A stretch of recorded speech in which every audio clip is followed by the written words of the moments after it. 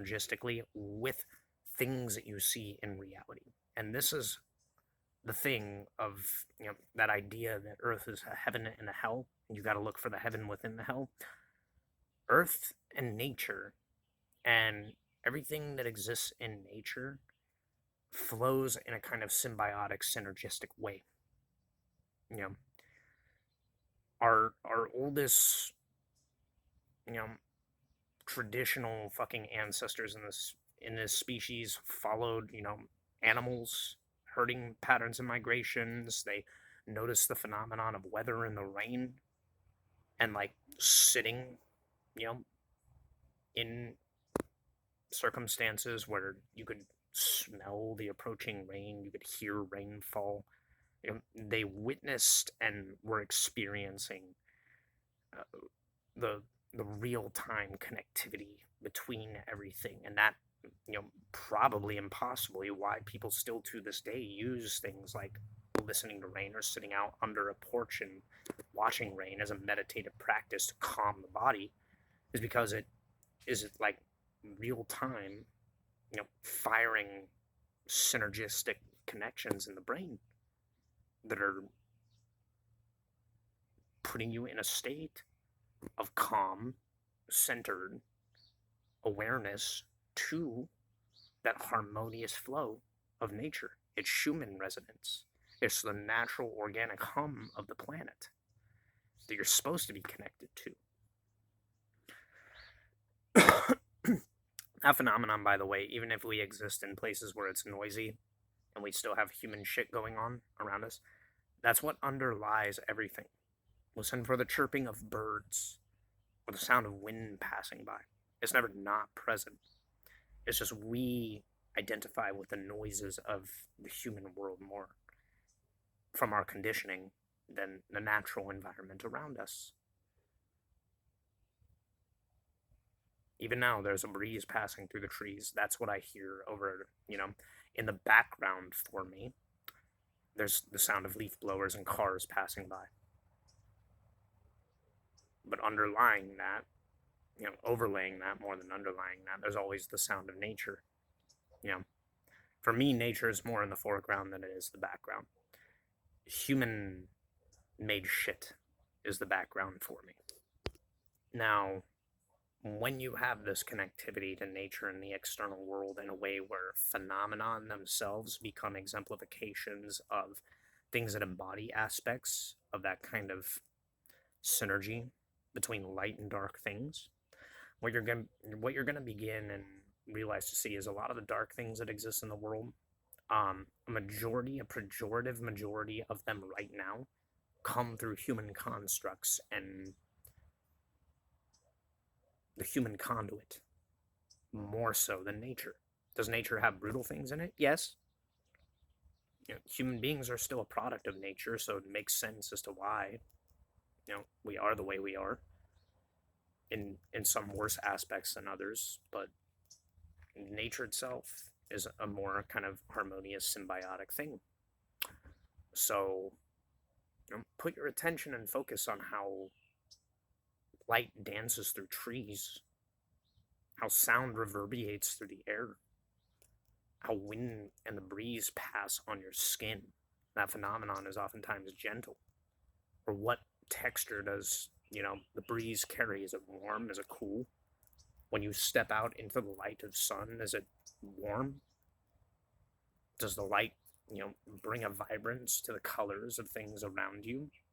When you look at a phenomenon like, the greenness of plants, does that not bring a level and degree of this kind of like soft, gentle feeling, both untamed wildness, but at the same time, this harmonious feeling of, it's a gentle, passive thing.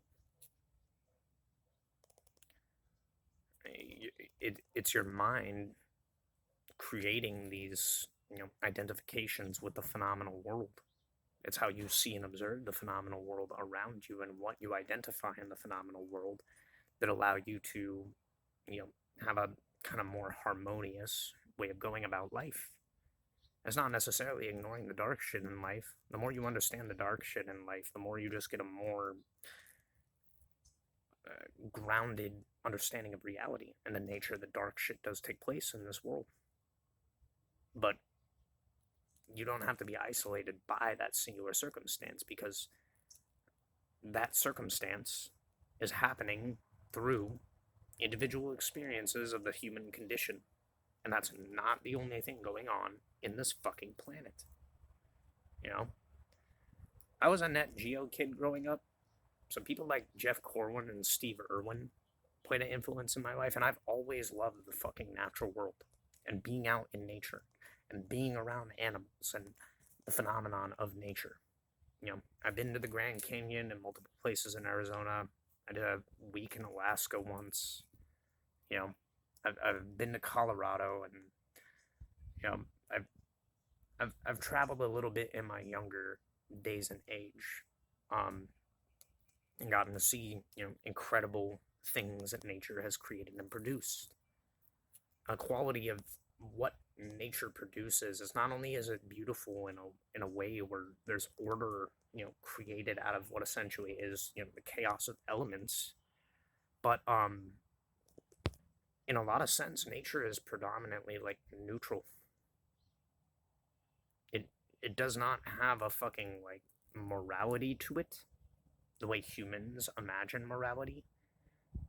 It has laws and order and structure and parameters by which it, you know, exists, but it's a harmonious thing in how, you know, order is birthed from the chaotic, you know, nature of the elements working coinciding with one another. And in that formality, it's always remaining in this stabilized state, although it is constantly continuously changing around us. It is in a lot of ways kind of always in a state of fluctuating equivalent exchange.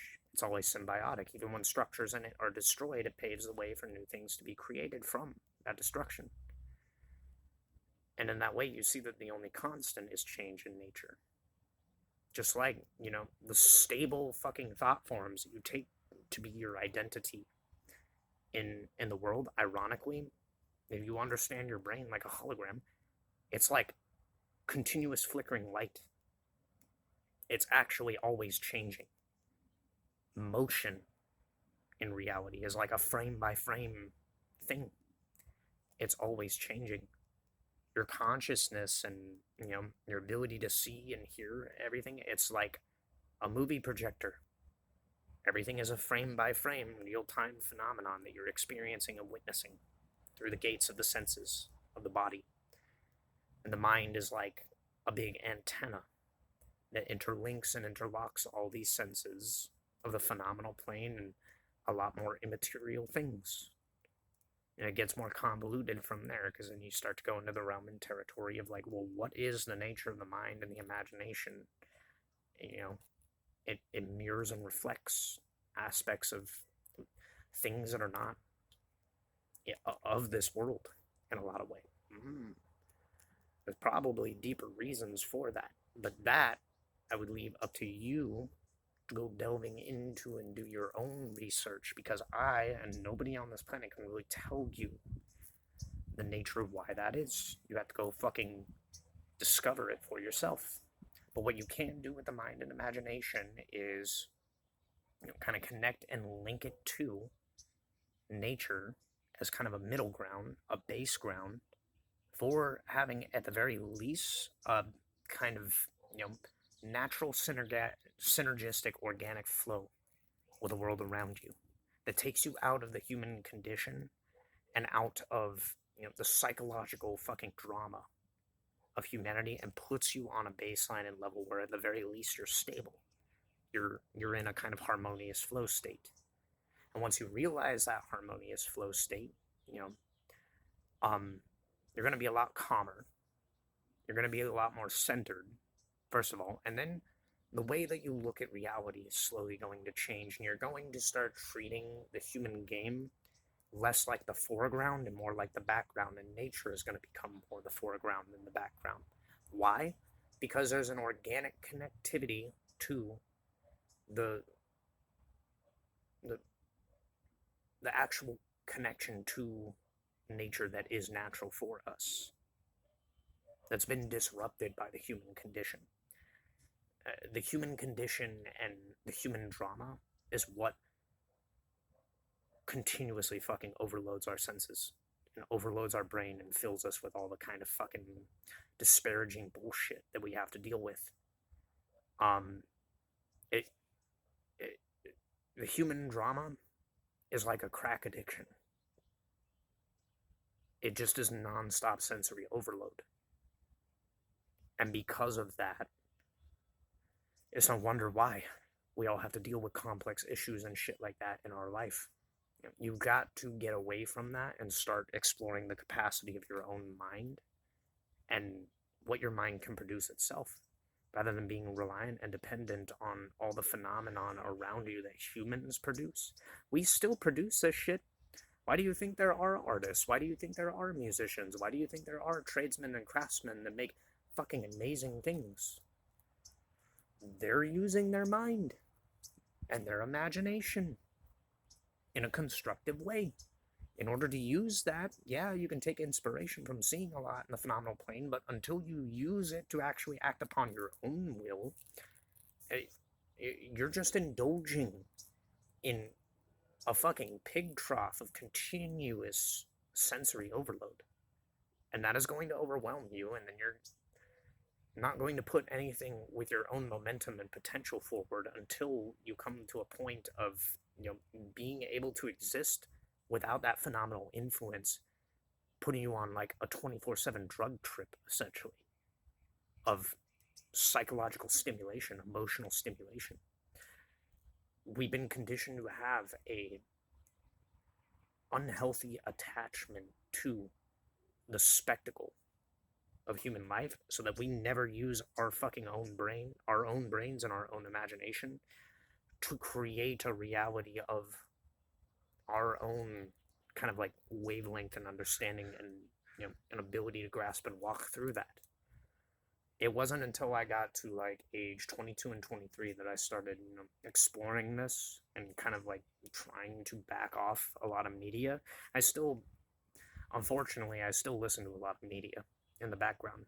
I always have music playing. I always listen to podcasts and shit like that. But that's more like a stim for me. It keeps me in a state where when I have to be in a man-made fucking structure, or having to do normal things like my job or gym, it's what allows my mind to roam and run wild and not be so predominantly focused on the phenomenon happening around me, and more dialed into what capacity I'm putting my mind and my imagination to. It makes the flow of what I do in the moment a little more bearable and tolerable, and sometimes even fun, ironically. I told the story of, I'm inspired by the idea of the monks who wash dishes in temples. And it's like, how can you do that for as long as you do? I just found an ability to accept what I was doing for the mundane task it was, and learn to appreciate the little like flow of how good I became at doing this one thing.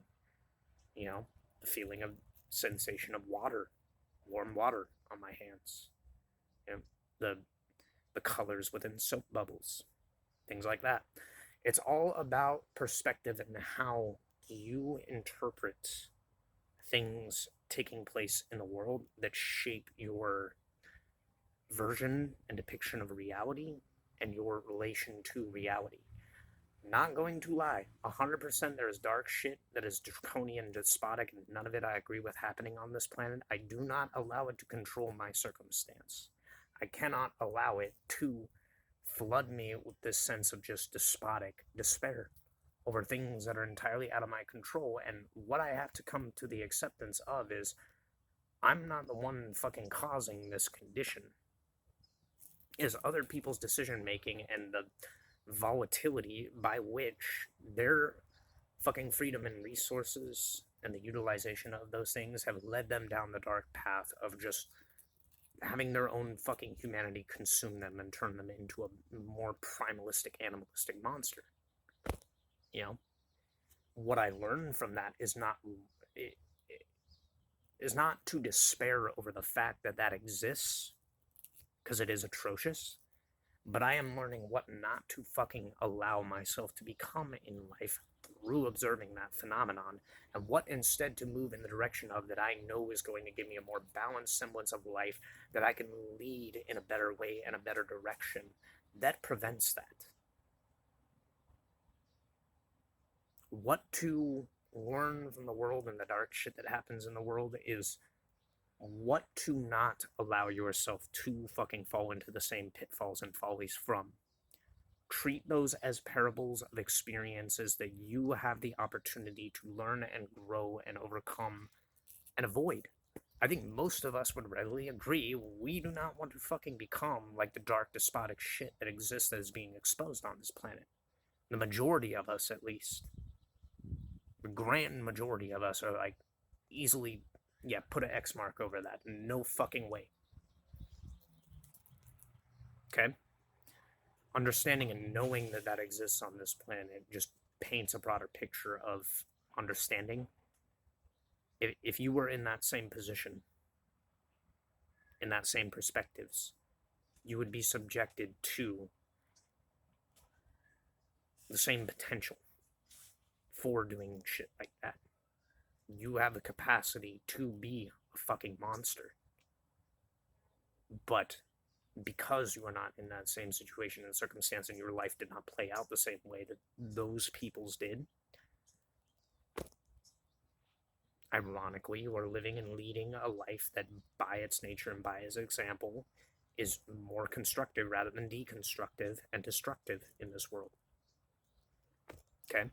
There's a parallel juxtaposition for everything that exists on this planet. That's the duality that exists in nature. There's a good side and there's a light side and a dark side to everything. And it's always a choice that you're teetering in the middle of towards what you're moving in the direction of. There's just as much danger in the light side of things, by the way, as there is the shadow side of things. Evil loves to hide in the fucking light and take on aspects of vanity and pride and piousness and masquerade its prejudices under the qualities of what is considered righteous. This is what's to understand about that. You know, the nature of evil itself is born and birthed from ignorance to, you know, thinking there is no repercussion towards anything, that everything is just here to satiate and slake your desires. And that's where you start treating reality as like an actual fucking dream that has no consequence. Evil spelled backwards is the word live. Weird how structures form in language to produce, you know, oddities like that. More than anything, life is a humbling circumstance. So I think life, you know, you learn to be humble or you get humbled by life. And even that has its pitfalls and follies. You can take pride in being humble, and you can take pride in being humbled. You know, it's less complex than what we make it to be on the surface. It's more just doing everyday, ordinary, good fucking things and having everyday, ordinary phenomenon, mundane phenomenon, you know. You're transmuting an experience into something good, if you can help it. If you can do that, the way that you look at the world and the circumstance by which you live life and live through the world, it's not about ignoring the dark things in the world. You learn a lot from seeing the darkness and not being fucking afraid of dark shit in the world. That's courage. It's not the absence of fear, it's standing in the face of it and being willing to. But the better qualities of the world, the more heavenly qualities and aspects of the world are when you stand not only in that courage in the face of things that make you afraid, but you embody aspects of knowing there are lines and boundary lines you won't cross. There are things that influence and tell you I'm doing this not for the sake and purpose of escaping or running from anything that I fear, but just out of the principle and the quality that I want the world to be a better place, and I want my world to be a better place. Whether or not it's an example to other people is inconsequential. My experience is that where I go, I try to make the world a slightly better place through my actions and through my deeds. That expands and extends into whatever you do. You can use anything around you in the world as a conduit to bring forth something that taps into that understanding. You know, I dance, I write, I play music, I do my wrestling. These are all hobbies born and birthed at one point in time. You know, I had an interest in like pursuing career opportunities out of them, and for one of them at the very least, I still do. The others, they're just hobbies. I love them for what they are because they give me conduits to kind of channel things that I wouldn't usually necessarily be able to fucking do in real life into something constructive. So whatever you do has a play and a role in, you know, shaping and melding together and blending the elements of things you experience in life. You know, it's this play. Life's a big fucking stage. If it's not evident and obvious now, everybody's an actor in it. Everybody's a character, everybody's a persona, and your thoughts and your imagination blend and meld together the story of your life. You know, aim and strive to make it a good story, if possible, without letting the story fucking consume you. And use that story for something good. You do good things come back to you, even if it seems on this world, on the surface of this world, as cold and callous. You learn to operate and navigate through the world, you know, being cold and callous, still doing good things. That's resilience, that's bravery, that's courage, that's strength, that's endurance, that's having humility and understanding, you know, you're a horse of a different color in that circumstance. The world sees that as wrong. You know, you're trying to do good things for the sake of doing good things, and they shit on you for that. Do I really want to be in the company of people who, you know, treat that as something to be shat on? Not really, no. That wouldn't be company I enjoy in the first fucking place.